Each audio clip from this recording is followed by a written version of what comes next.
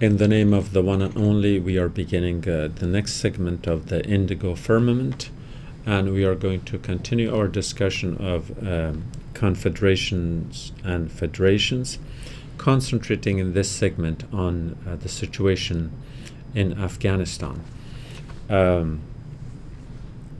Afghanistan is an ethnically diverse country like almost every other Muslim society, and that has to be a source of pride in the not in ideological sense, but in the sense that people of diverse ethnic backgrounds have managed to live together for centuries. And yes, a particular class of people, a particular dynasty may have ruled over them, but they were not coerced into creating artificial nationalistic identities where the identity of one had been imposed on all. So in that sense, the diversity is a positive. The diversity is a recognition of the human dignity and of the human right that people are to be left alone when it comes to who they want to define themselves as and what do they want to believe and how they want to live. However, on that element of what they want to believe, there have been some incursions by extremists in recent times, ones who advocate converting the entire world into one religion, which is a whole other discussion. Afghanistan is a country that in recent times the one law that applies is the Murphy Law. And for those of you who are not familiar with the Murphy Law is that when possibilities and probabilities intermingle. In other words, if something can happen, it will happen. And in Afghanistan, it does happen. But unfortunately, whatever happens there generally is not positive. Almost everything that works everywhere else, when applied to the Afghan situation, the political crisis sort of swallows it up.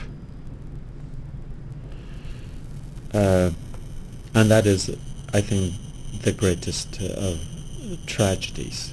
One would assume that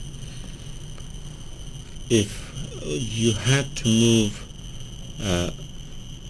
forward, if you had to plan progress, economic progress in particular, that you would gear your priorities in the context of an economic/ideological framework, and therefore you would need to move from a tribal structure, from an ethnic orientation, to a political party orientation.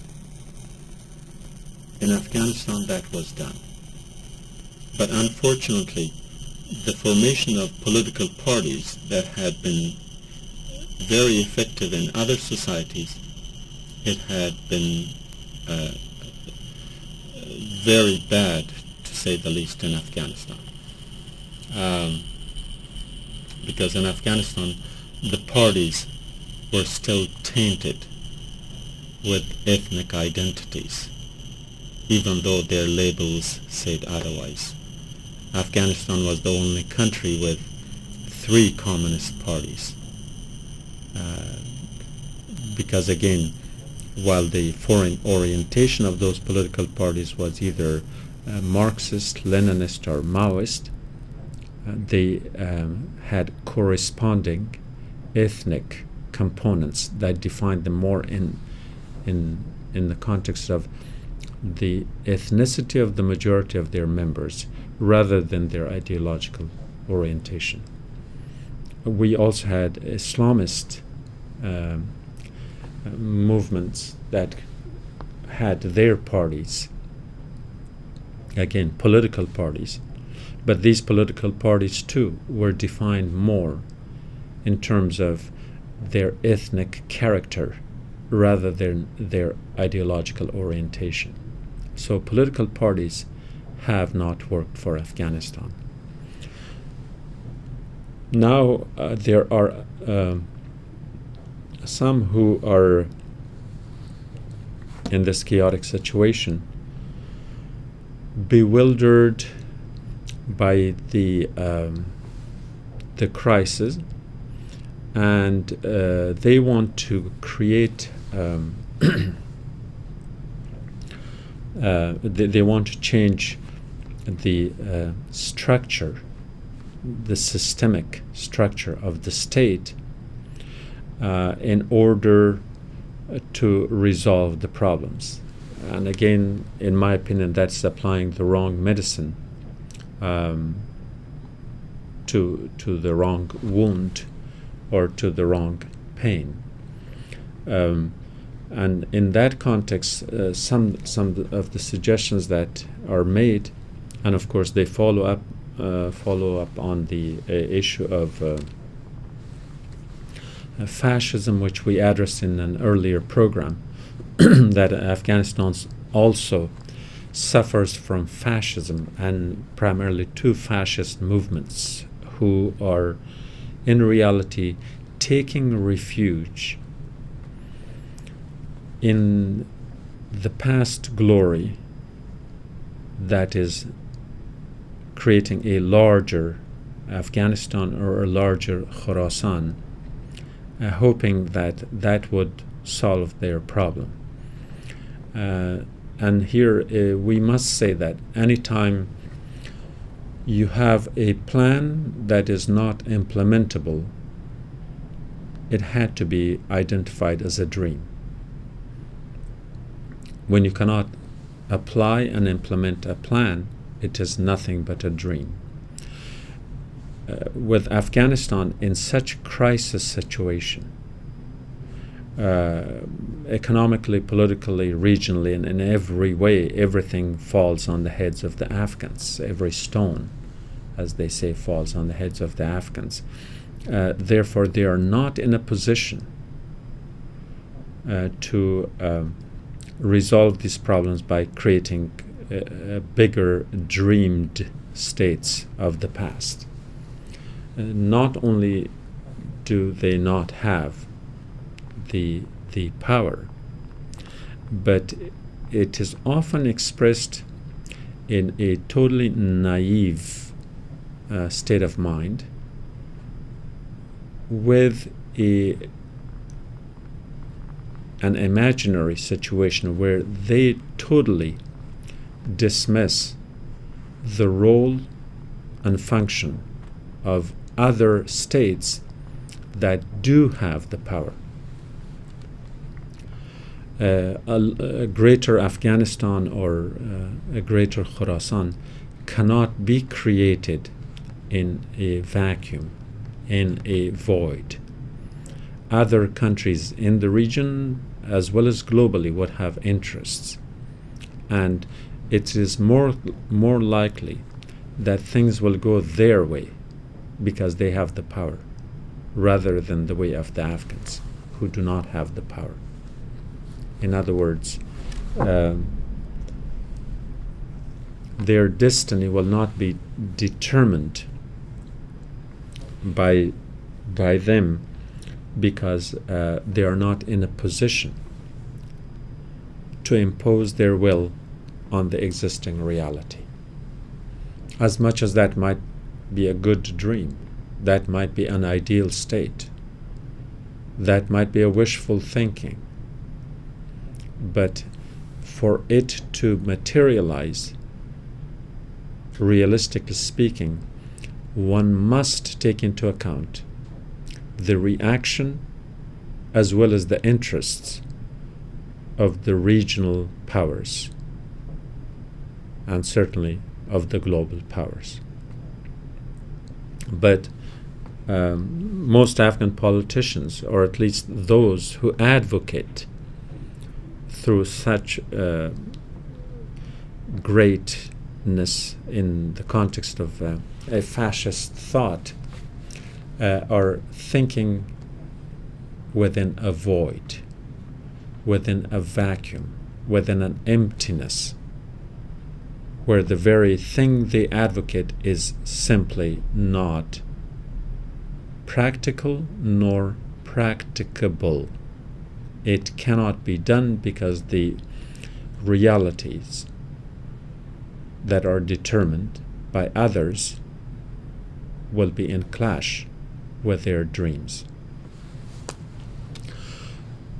A kind of intermediary step that they take towards that is one of suggesting a federation for Afghanistan. And here the problem I see is that politicians that come to Afghanistan, like everything else that we talked about earlier, the main theme is the ethnic identity. They either champion the causes of ethnic minorities, linguistic or religious minorities, or somewhat reducing Afghanistan, or the national interest, to the interest of a subnational group. And that's a formula for disaster, especially in the context of a federal system. And so therefore, if the problem is to give rights, to protect the rights, and to advocate the rights of the minorities, that is a legitimate concern. There must be such an advocacy.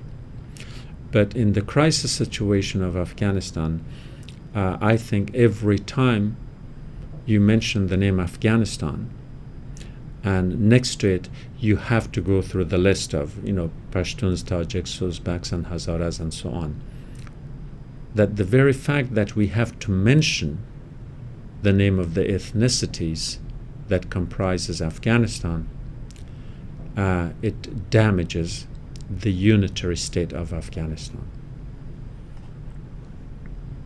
All the intentions are good, of course, like I said, but I think the more we emphasize subnational identities, it's the national identity that suffers. So my suggestion would be, just say Afghan, just say Afghanistan. You don't need to go through the list of majorities, minorities, ethnic or otherwise.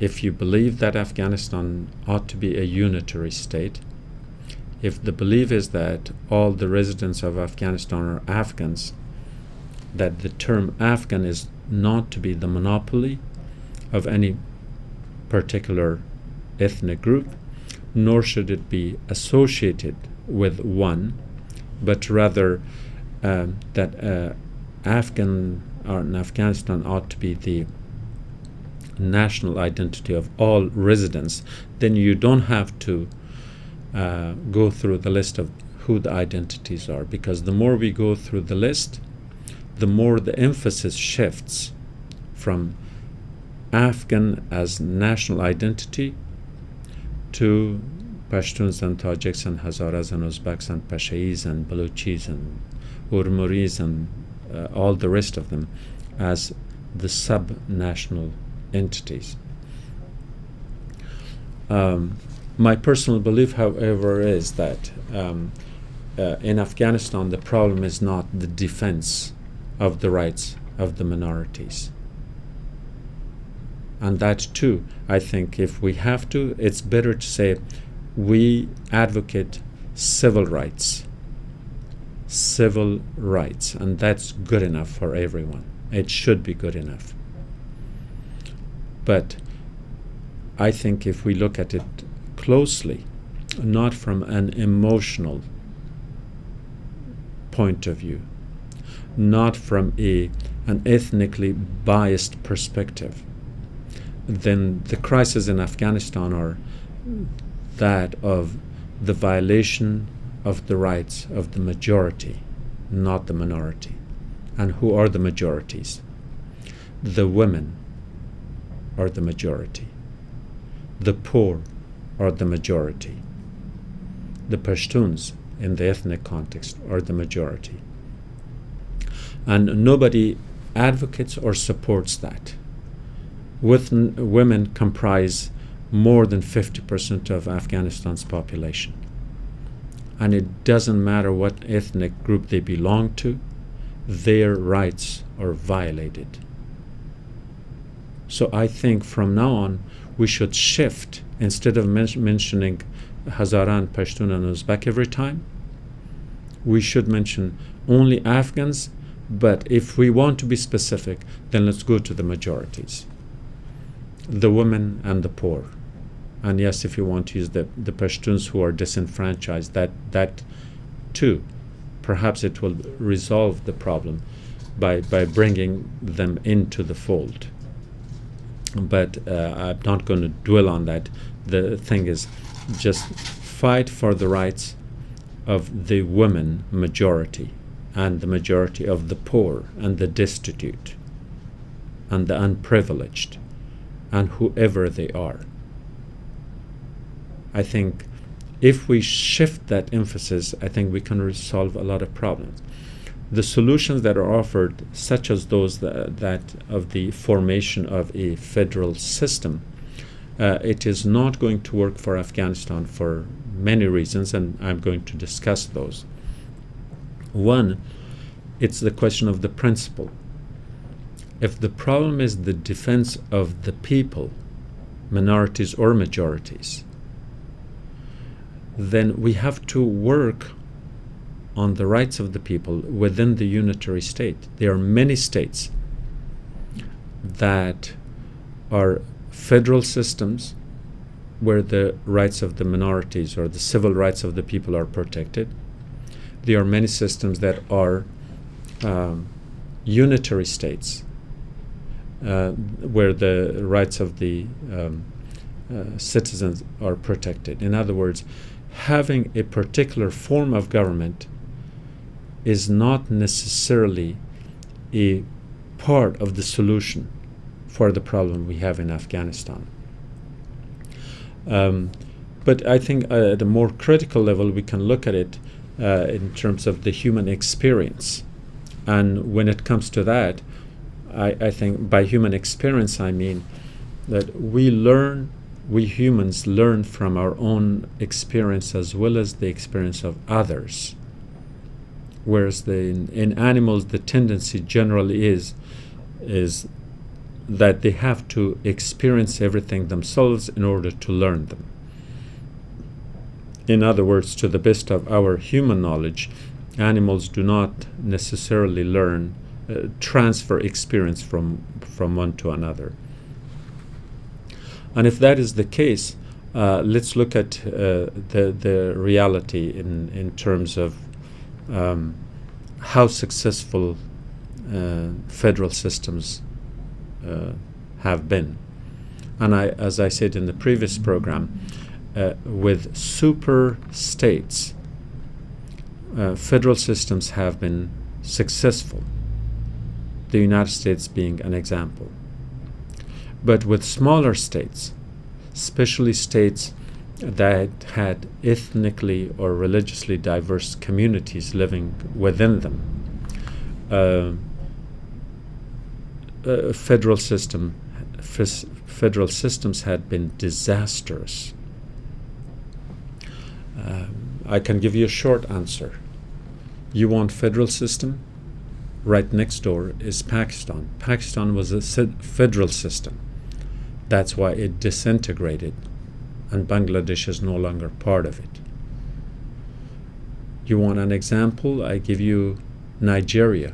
It was a federal system, and it had disastrous consequences back in the 60s and 70s in Biafra.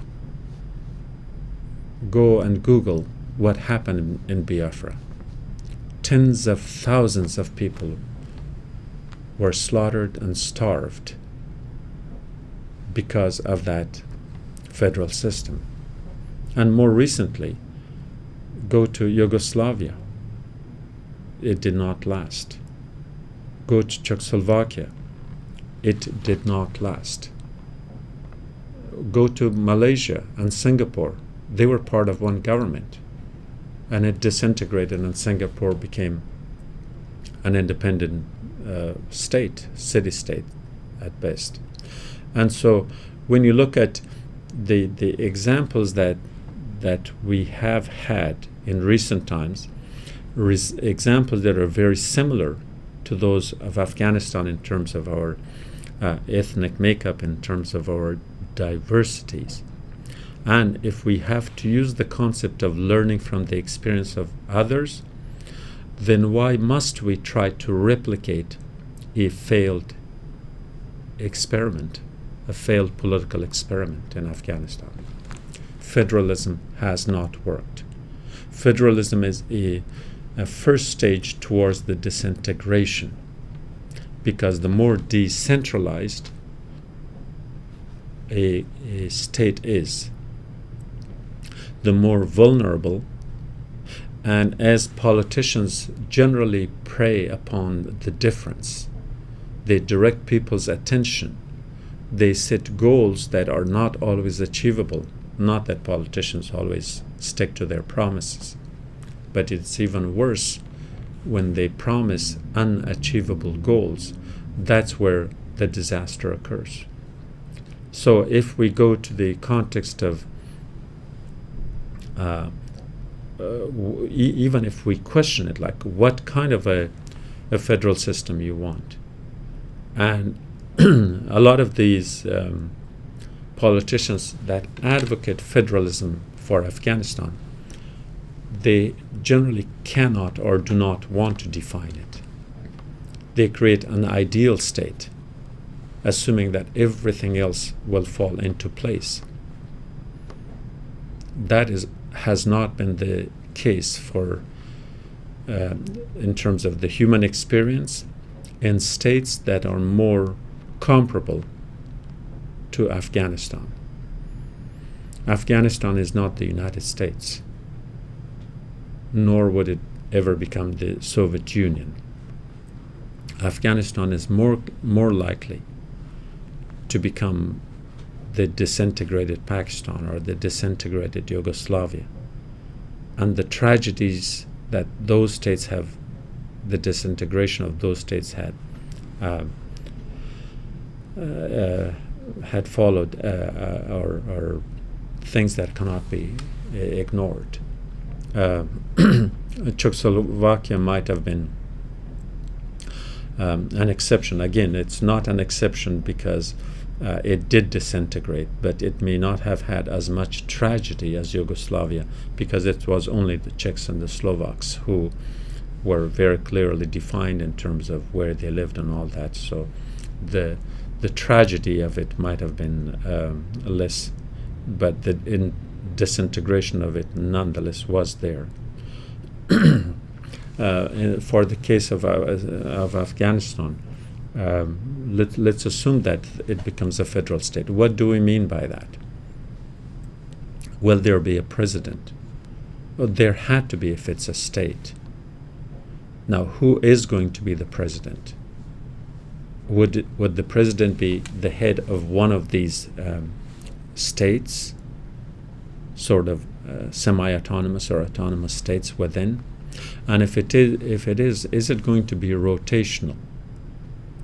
And if it is rotational, is it going to be based on skills or just because it's somebody's turn? And it was this rotational formula that did in Yugoslavia. Remember when Milosevic, the Serb leader, took over, he wouldn't give up. And with Afghanistan, we have tendencies like that in many of our governorships in the country today, that many governors, or at least some governors in Afghanistan, feel an entitlement that they had to be the governors of certain provinces and no one else is allowed. And they veto attempts even by the central governments. We have certain leaders who feel entitled that they and only they have every right to represent a certain ethnic minority, whether they are qualified or not. And if you know Afghan politics, you know who I am talking about. Now, take that into a federal formula, and you see what happened. Look what happened to the first Mujahideen government. Mujahideen was supposed to stay there for his whole term, but they had to kick him out because they knew he didn't have power. They even fired at his plane. An attempt was made on his life. They kicked him out. And so with these kind of power grabs, whether you have a federal system or a unitary system, the problem is somewhere else. It's in the mind of our politicians or those who rule in the names of the various ethnic groups.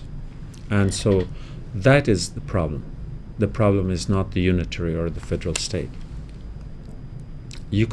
There could be more problems than you could think of. And how are you going to divide up the resources that are concentrated more in one province or one state than another? So say Helmand becomes an independent state within the federal system, and if they have all the uranium, assuming that they will have the power to utilize it and to export it, it will become one of the richest states. And are they going to share it with Zabul, for example? Logar has all the copper, and will they share that income with Bamyan, for example? And Bamyan may have all the iron and so on. But there will be many states, at least from what we see now, like Farah, for example, or Badghis and Maymana and so on, that may not have kind of an access to rich natural resources to improve their economy. So how are we going to manage that? By establishing a federal system where each or a certain number of provinces in Afghanistan have kind of autonomous or semi-autonomous status, and they have power over their own resources. Will there be a mechanism for them to share that? It's a very sticky topic. And so that's why I think the problem right now is that a lot of the nitty-gritty of such suggestion or of such a federal system, they are way above the head of the average Afghan, because most people have not thought of it. But there are politicians who advocate that. For politicians, the basic formula is how to muddy water and fish, how to direct the anger of a particular group, ethnic or otherwise, towards another group. And so this is more kind of a giving direction to people's anger rather than coming up with a viable, doable, practicable solution. It's hate politics. We are experiencing it in the United States right now. That since the election, the hate crime against certain groups of people, especially Muslims, I'd heard had increased by 107%. Because the politics of hatred, whether it's in the United States or Afghanistan or anywhere, is going to create and generate more hatred. That's not going to solve any problem. Whether you present this through making America great, or through creating the greater Khorasan, or through creating a greater Afghanistan, none of these will make any of these countries great. What could make them great is to bring the people together through love, through affection, through brotherhood and sisterhood, through their humanity, through their oneness, and pinpoint to them their problems, the economic problems that causes all the misery. Afghanistan's majority, a viable majority, is the poor in Afghanistan, the destitute in Afghanistan. Nobody speaks for them. Let's speak for the poor, not for the Tajiks. Let's speak for the hungry and the homeless, not for the Pashtuns. Let's take care of the women majority. Don't worry about the Uzbeks and Hazaras and so on. And so therefore our emphasis is in the wrong place. And so long as people identify and relate to a subnational identity and not to the national identity, for whatever reason, wrong or right, the solution that will not serve as a solution. Because, like I said, it has proven disastrous. We had a federal system right next door. It was India before the partition.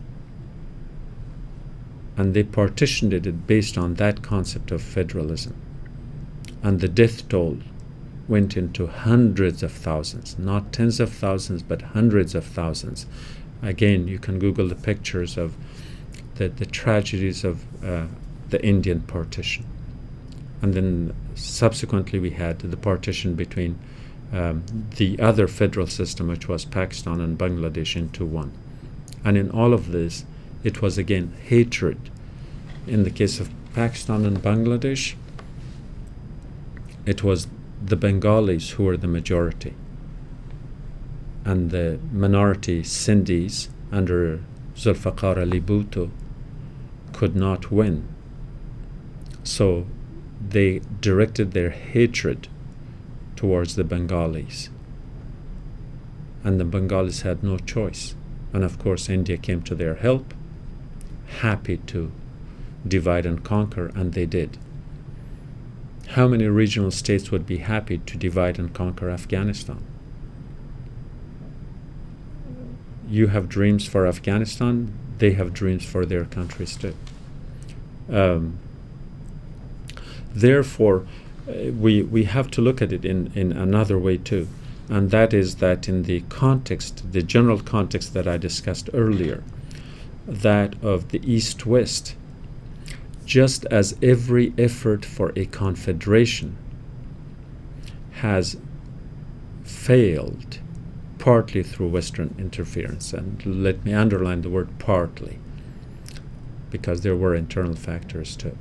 So just as the efforts for a confederation, for creating a union, had failed, the attempts and efforts for creating federal systems have always been encouraged. Then they had been encouraged because they create an intermediary state or stage, or a stepping stone toward a further disintegration. Look at Iraq and the Kurds. Not that the Kurds do not deserve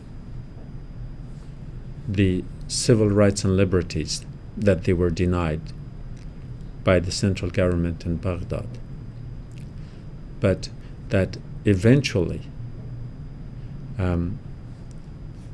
Iraq could disintegrate right at that point. And imagine what the reaction will be in the neighboring states. Will Iran allow for its Kurds to join? Will Syria or Turkey? Probably not. So if Kurdistan becomes autonomous or independent, it's going to spell a lot more disaster for the whole region. And as I have been discussing this in the past, especially in the context of my dissertation, that there is the likelihood of a domino effect. If any one of the countries in the eco-region, the 10 countries I mentioned earlier, if any one of these countries make any attempt towards destabilizing the other, towards creating either a federal system or towards joining another ethnic minority, because the boundaries of these states are all artificial. These are not national boundaries in terms of defining nationally identifiable groups and separating them from each other. The Afghan-Pakistani border, there are Pashtuns on both sides. The Afghan-Tajik border, there are Tajiks on both sides. The Afghan-Uzbek border, there are Uzbeks on both sides, and I can go on. And so if we lean towards one, the likelihood of the others disintegrating is very, very likely. And yes, there are politicians who are advocating the disintegration of Pakistan. Again, there is difference between wishful thinking and an implementable reality. Afghanistan, that is struggling in its own civil war, with a population of some 30 million people, is trying to disintegrate Pakistan, a nuclear state with nearly 190 million people, a state that has stability.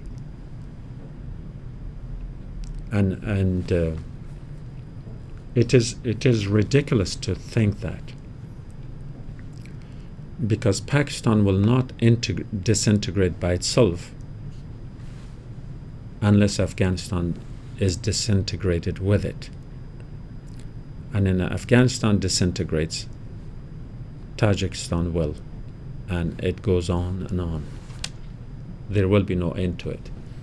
And just imagine if the integrity of these boundaries that are between these countries are not honored and respected, we know how much power imbalance exists there.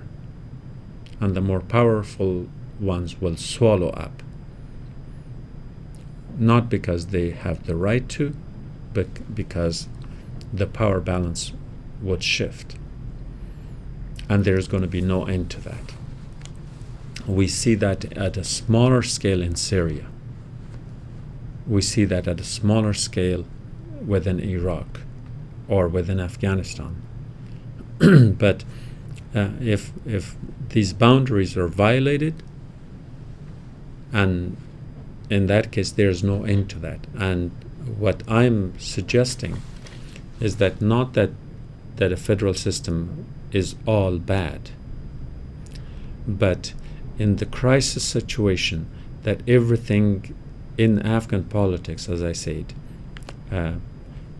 for some reason does not work well because we do not have the power. We have the political consciousness that is more based on personal sensitivities, not on measured calculations. We look at our dreams, but we do not think of how such dreams could be implemented in the context of the political realities. And I think Afghan politicians bear more responsibility than anyone else not to play with fire,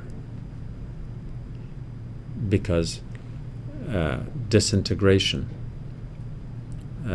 would be the eventual consequence of any attempt to federalize. Because I give you the example that in countries like Afghanistan, federalism has not worked. And you can look at any one of those examples. They've all fallen apart. Right now, even Spain and Great Britain are threatened by attempts by Scotland to separate from Great Britain and declare its independence, and by Barcelona to separate from Spain. So therefore, the suggestion of federalism that is advocated by certain politicians in Afghanistan, unfortunately, they are mobilizing the youth, the young people with a lot of emotional strength, but they are not told what it would really translate into, what the consequence of this would be as the end result. And that is a great tragedy that should be avoided at any cost. And I hope that the young people would go through their internet and other mechanisms that are available to them, and that they would open a few books to study what confederation and a federal system is, and that they should also consult some of the cases, not just the case studies, and cases where such policies had been implemented, and they should measure that by their success and failure rate. If more federal systems have disintegrated, such as Czechoslovakia, Yugoslavia, Nigeria, Pakistan, even the situation in Yemen, North and South Yemen that came together, then and Malaysia and Singapore and so on. So in most of these cases, the results for states similar to the state of Afghanistan in terms of its ethnic diversity, the results have been disastrous. And we have to make sure that we as humans learn from our human experience and learn from the experience of others, and do not recommend formulas, do not recommend the drug that has killed others. Afghanistan, as is, has plenty of problems of its own, and I don't think we should launch it into another chaotic situation. So I hope that this discussion that we started on the basis of political analysis is not misconstrued. And I do emphasize that, and I have said that in previous programs too, that we must make a distinction between a politician and a political scientist. I'm not a politician. I'm not running for an office. I'm not advocating hatred. I'm not directing people to take certain position vis-a-vis one or the other groups, ethnic or otherwise. As a political scientist, I feel it is my professional obligation to the people that I love, without distinction, that when they are tricked and fooled and mobilized by politicians that they demand of those politicians to explain, that they demand of those politicians to share successful examples of that which they advocate, and that they show them the failure of such formula.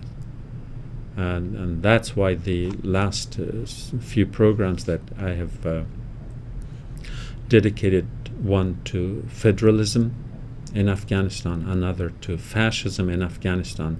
The primary reason has been that I don't want to see a day when we talk about, God forbid, such a disastrous calamity where someone might say, well, where were the people who were supposed to direct them, who were supposed to preach the right thing? We have to counter the hatred slogans with those of love.